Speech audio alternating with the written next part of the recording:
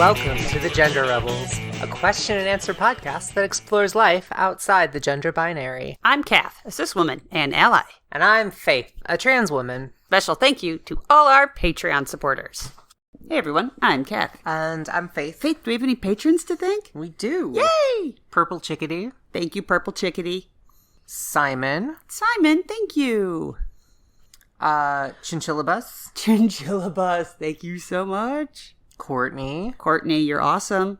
Fitz D, thank you. Nat K, Nat K's awesome. Kaylee B, rules. Kelly K, Thank you, Kelly K. Wes P, thanks. yeah, Samuel L, thank you. and that's everyone right Hey. now. We love our patrons, and you can join for just $1, and you get a ton of bonus content. There's a lot of good stuff there. Check it out. Definitely. And if there's like a broken link, I think one of them gets a broken link from time to time. Just let us know because like it's all good stuff. It's worth it. Hey, Faith. I have a question. What's your question? You want me to do all of our grilling from now until forever? Ooh, it's Memorial Day. Happy Memorial Day. And, They used to call it Decoration Day. Did you know that? no. Isn't that weird? Why Decoration Day? I don't know. I think it's like because you put out all the red, white, and blue bunting and stuff. I guess. Yes. Yeah. I've become slightly more happy to be an American since the Biden administration. And yay for all our LGBTQ plus people in uniform. Past and present. We are planning a little bit of a cookout with some friends. Just a small one, outdoors. We're all vaccinated. We have recently come into possession of a gas grill with propane and a lid propane accessories, and propane accessories and the scrapey metal brush to. I don't like the scrapey metal brush. I take care of the scrapey metal brush on the grill surface, and so this is the thing. Yeah, I could just do all the grilling forever. Well, why would you want to do all the grilling? I don't.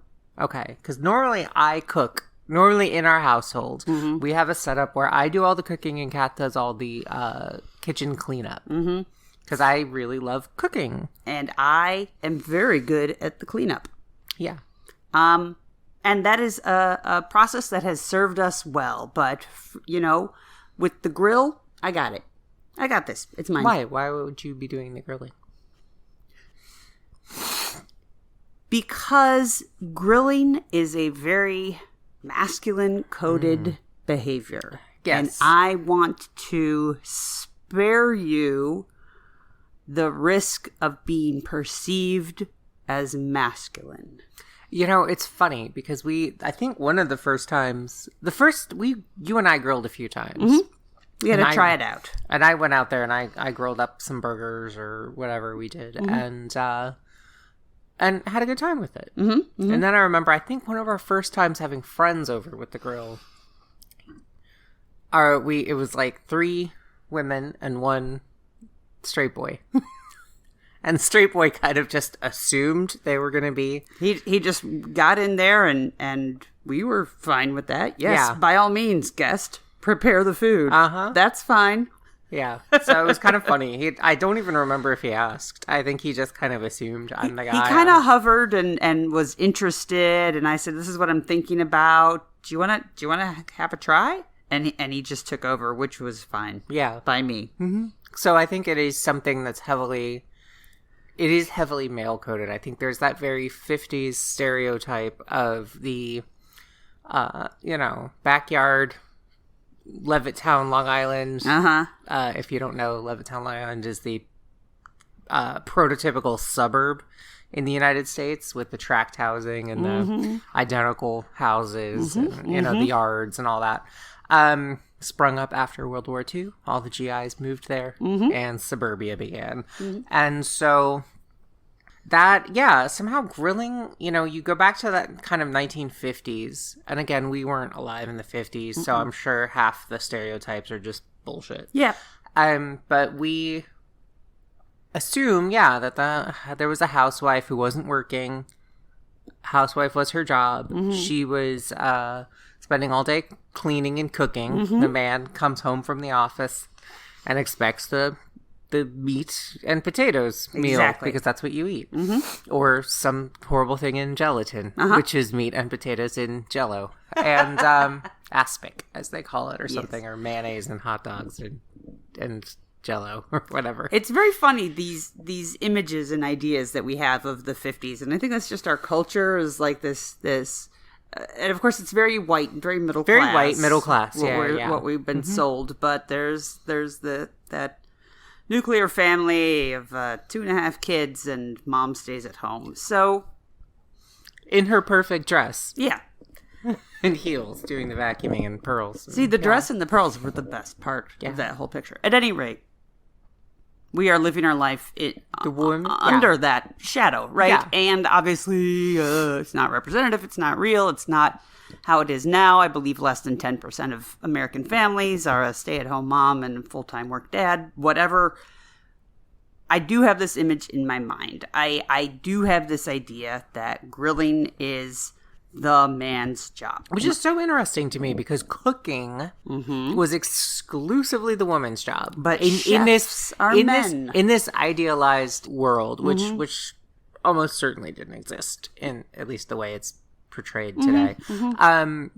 But yeah, it's the woman cooked exclusively.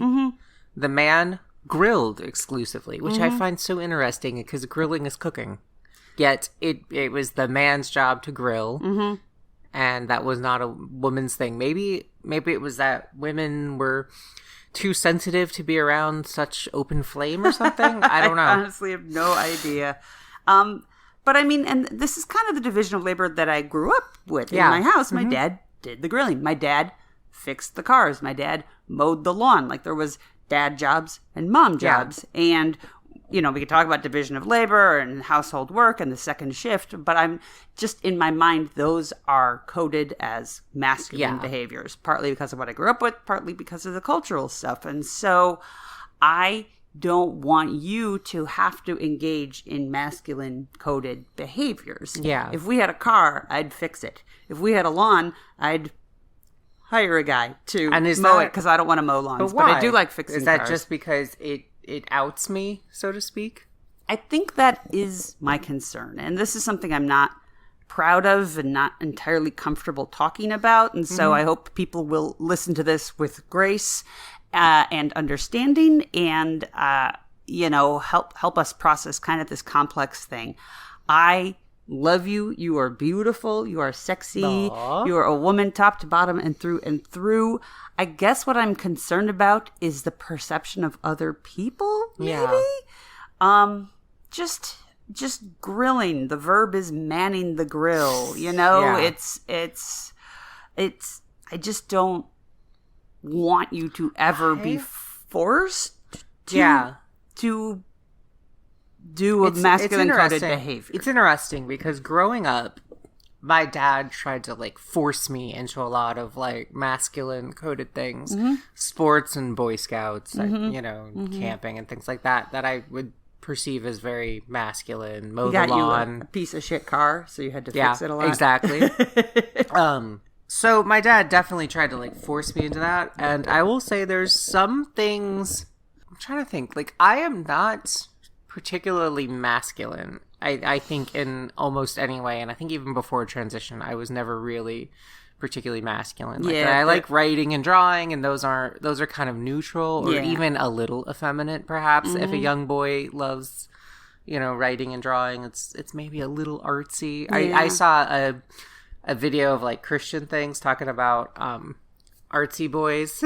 You gotta watch out for watch out for artsy boys because they're gonna turn gay. So it's even maybe a little, but you're into music but not sports. I am into music, you hung which out I with think girls and not guys. Music, I think, is probably a little more masculine. Yeah, I think certainly it's the thing boys can do if they're not into sports. Yeah, but I know plenty of girls who are super into music as well, and collecting records and things like that. So I do know plenty of girls who are into that. But that is a little more masculine coded. But I kind of think I'm trying to think of like, but I also like, I love makeup. I love clothes. Oh, totally. I love fashion. I love,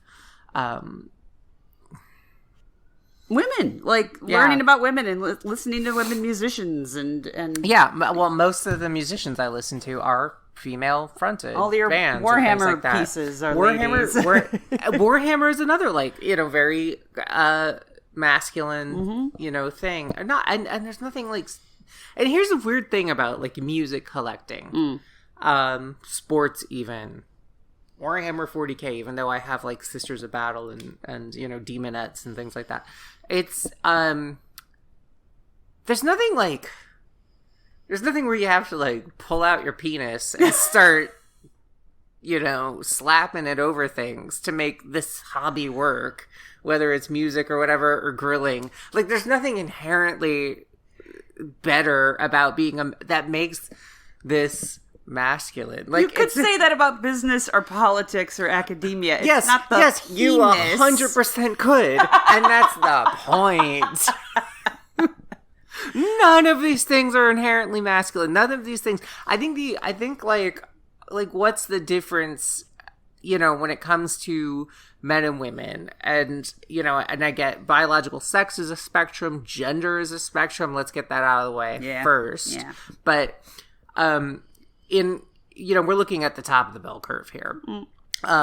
We would say that on average, the differences between men and women are, and we're talking biological, and we're talking only men and women, and not, because we are talking about averages here.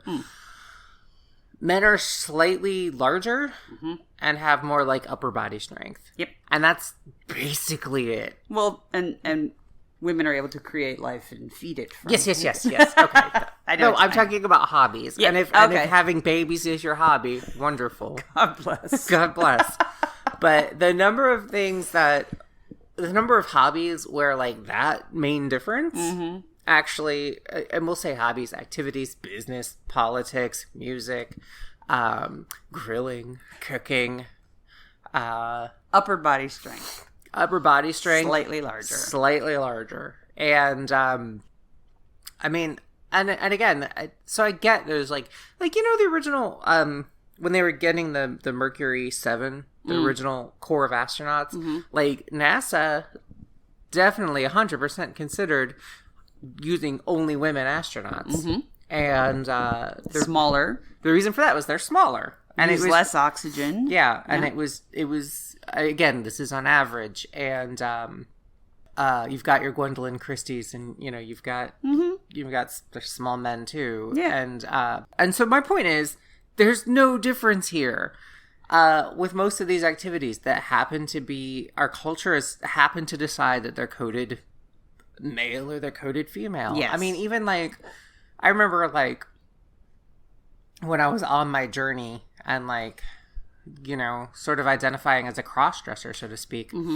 And like, yeah, there's like dresses that have a little more room for boob in the bodice and things like that, or shirts that are lower cut for things like that. Like a bra is definitely for breasts or whatever. But like high heels, there's nothing particularly masculine or feminine about them except our culture. Yes. And they were men's shoes at one point. They started out as men's shoes so for what we're horses. And what we're talking about is coding. We're talking about culture right now. Yes. So, back to the grill. I think one of the best things about transition is one, getting to live your genuine life, of course. But I think it's great to be able to have a different perspective on what our culture says is masculine or feminine behavior. And again, like I say, when we say biological sex is a spectrum, or we say gender is a spectrum, sexuality is a spectrum. These are all spectrums. But our society has decided that certain behaviors are blue and certain behaviors are pink. Right. And that's never gonna 100% work for someone. For, everyone. Yeah, granted, there's, hyper masculine people, there's hyper feminine people. But again, that's probably rare, very rare, that you're going to get that. And that kind of thinking leads to, like, toxic masculinity. Of course. Where it's like, you know, men can't express emotions unless it's anger. Or horny. They get two emotions. And so you do get things like that.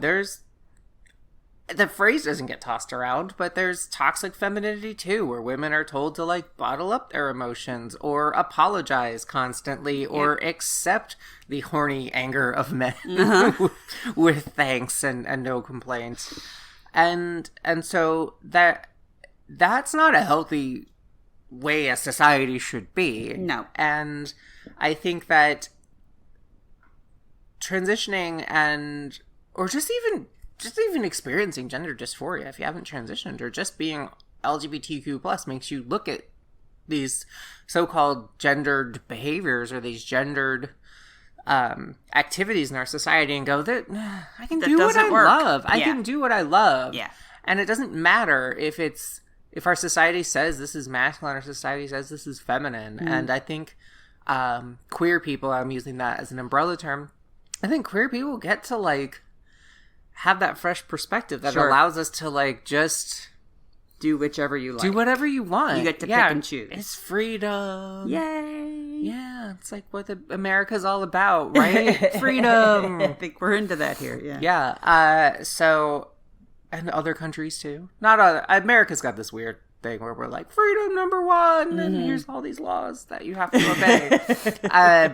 And other countries are, you know, basically a lot of Western democracies are all the same, and countries like Sierra Leone, where there's no government, that's pure freedom. And you wouldn't want to live there. Stay the hell away. So grilling. I enjoy grilling. The whole point is I can be a woman and enjoy getting dressed up and, like, doing my makeup all cool and finding cool makeup things and learning how to do new techniques, and I can get a new cool goth outfit and enjoy that, or wear my heels, or go out and be pretty, and I can go to a concert and collect a rare 7-inch of some cool band, and that's fun too. And I can paint a Warhammer army, and that's fun too. And I can go grill, and that's fun too. And I think I'm gonna say it, our friends are pretty damn queer as a group. Yes, we do have. I think we have. Didn't we queer. Count once? We had a party. We had a big party a few years ago, and I think it was our biggest party. And our apartments aren't big. We live in New York. Our apartments aren't huge, so we don't get to have, like, you know, massive parties.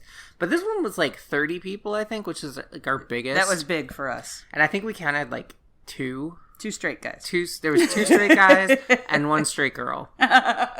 Everyone else was some other flavor of trans or queer or bi or non-binary. And so we have a pretty diverse group of friends. And this grilling question had been bothering me. It bothers me that I feel this way. I didn't know if this was a real thing, if this was a common thing. And so we presented this to our friends, and if any of you are listening, hey guys. And for the most part, people's responses were, do what you want. And in some cases, a lot of people were saying, I don't perceive grilling as a masculine coded behavior. Yeah. Like, they weren't even talking about echoes of the 50s and, you know, this cartoon dad image that you get on Hallmark cards of neckties and golf and grilling. You know, it was just, you are making us great burgers, and I don't care who you are or what you look like when you do that. They did seem a little confused that it was even an issue or a concern at all, which I love. But I would also love to hear from the listeners. Am I blowing this out of proportion? Is this a non-issue? I will tell you, I do feel reassured, and I'm glad I don't have to grill. Because the timing's a little tricky, and you don't want to overdo it, but you also don't want to underdo it, especially if there's meat involved. Meat thermometer. That has changed my cooking game entirely. Yeah, but and for those of you who are carnivores, meat thermometer is the way to go. How do you put a meat thermometer in a corn on the cob? What's the internal temperature? Okay, corn on the cob we've had no issues with. Corn on the cob has been perfect on that grill every time. Vegetables are a little more forgiving. You can overdo it and underdo it, and they'll still taste pretty good. You're right. Yeah. But, the one time I tried to coordinate grilling corn and beef and potatoes and asparagus and cherry tomatoes. Okay, yeah. To be fair, that one time you made a meal that was a little complex because you tried to do like 20 vegetables, and my timing was very precise. It was very that asparagus on the grill was fantastic as well. You guys, you can grill broccoli? It is very good. Oh, that was good. You just got to eat it right off the grill. Don't let it get cold because it's all crispy and a little bit charred. And yum yum yum. Recipes below. I am happy to have you do the grilling. Okay. And I love grilling. I love cooking. And I think it's funny that we've discussed why it was even coded masculine in the first place. And I think it's maybe a safety factor, except cooking involves knives and heat. And I think acid and the number of times I've burned myself, usually through stupidity. I've never broken glass. That's another danger. Yeah, I've never dropped a knife, but I have burned myself doing stupid things. But I won't go into too much detail on that. So yeah, okay. I'm one of those people who I'll flip things with my fingers on the frying pan. Yeah. No, the stupid thing was in our old crappy kitchen, the stove was literally tilted. Oh, it was a little. So I stuck like a butter knife under the frying pan, so it would like level it out. Level, and because it was sauce or something, and it didn't occur to me that I couldn't that the butter knife would heat up the same way the pan heats up. So I went to move the butter knife. Yeah, I got a nice burn from that as my last burn. But the point is, cooking is dangerous regardless. I don't know why it even became that. Maybe it's I think 50s. Grilling is fun and smells good and involves fire. And somewhere along the line, dads were like, I'll be in charge get that of caveman. This part. I think there's a caveman thing to it. I think it's meat, Yeah. I think there's a lot of stuff that fits nicely within this very, very oversimplistic 1950s definition of masculinity. I will cook the steaks, lady. You go back inside and stick some hot dogs and pineapple and some aspic. We don't need vegetables. It's the 50s. Probably all the sausages and hot dogs or something phallic there. I choose not to look further into that. How did the people in the 50s not die of scurvy? That's a really good question. Yeah, I don't know. Maybe there was vitamin C in all the Fanta they were drinking. Oh, there you go. I don't know. At any rate, what are other masculine coded behaviors that you would not want to do? For me? Yeah. I'm really not into sports. Yeah. Not into camping. Yeah. I'm trying to think what else is I generally prefer my favorite type of movie is what I would call an indie dramedy. So I'm not a big action movie person. But I can still enjoy a good action movie. Yeah, a big stupid popcorn movie. That's fun. Yeah. I'm trying to think of what else is But none of those you have to do. I guess there isn't anything you have to do. No. I like to fix things around the house to the extent that I actually do that. I'm bad at I have very poor fine motor skills, I think. So I'm bad at fixing things. So I sew buttons on your clothing. I can't sew. I sew them badly, but I do sew them. Yeah. And so fixing cars and stuff, I don't enjoy. I just want a piece of machinery to work, and I don't want to have to tinker with it.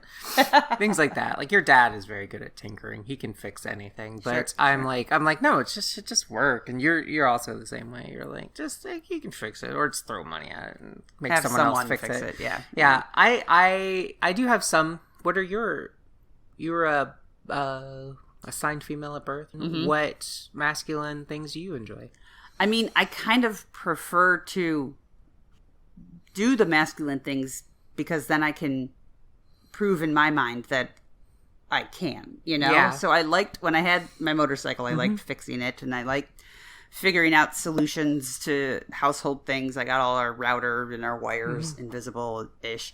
And you know what? I don't know if it's necessarily even masculine things as much as I like challenges. Yeah. Like, I fixed our sink the other day.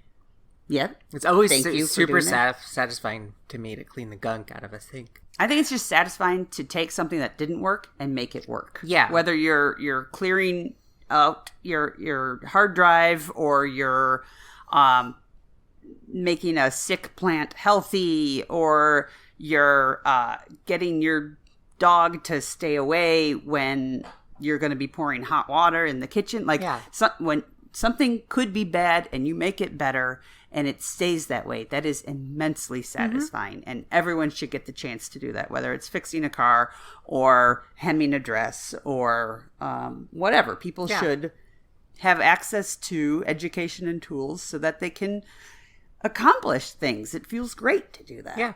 And I think it's also, it shouldn't be, I don't believe anything really should be gendered. I think that idea of that binary gender, and we've talked about this before, I think that binary gender is bullshit. Like, it's problematic. Yeah. It's problematic, and when taken to its extreme, it's really bad for people in society. And I think that we should all have a little more freedom to do what we enjoy. Yeah. I remember a gay friend of mine talking about, like, going home to his parents at the holidays. I think he grew up on a farm, and he was like, and people just sort of automatically part into men and women in this, not even division of labor, but like division of interests. Like, the women are in the kitchen talking about the pie crust and how to braise the brisket, where the men are out looking at the new tractor. And, my gay friend was saying he had to go look at the tractor and he'd rather be talking about pie crust. And I said, you've got like a niece in there looking out the window at the tractor being like, I wonder if they got the 486 thresher or if they read the update and opted for the Magna Depot titanium option. Like, this division doesn't serve everyone. Yeah.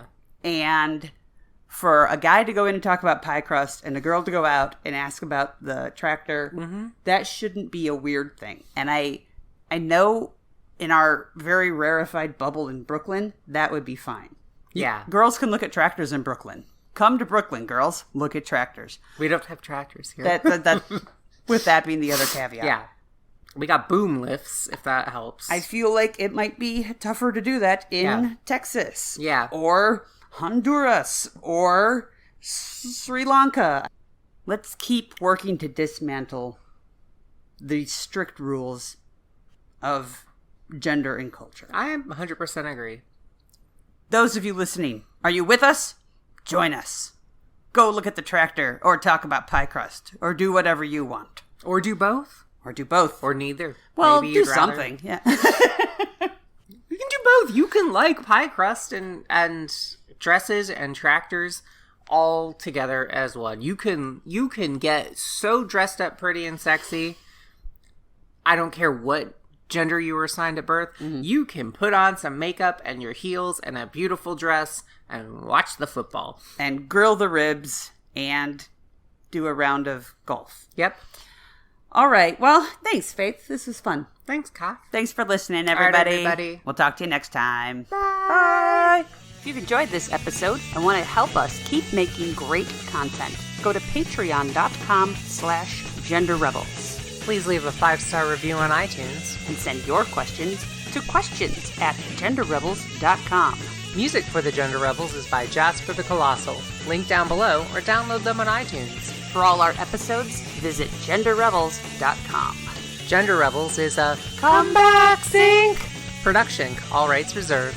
And to all you gender rebels out there, keep rebelling!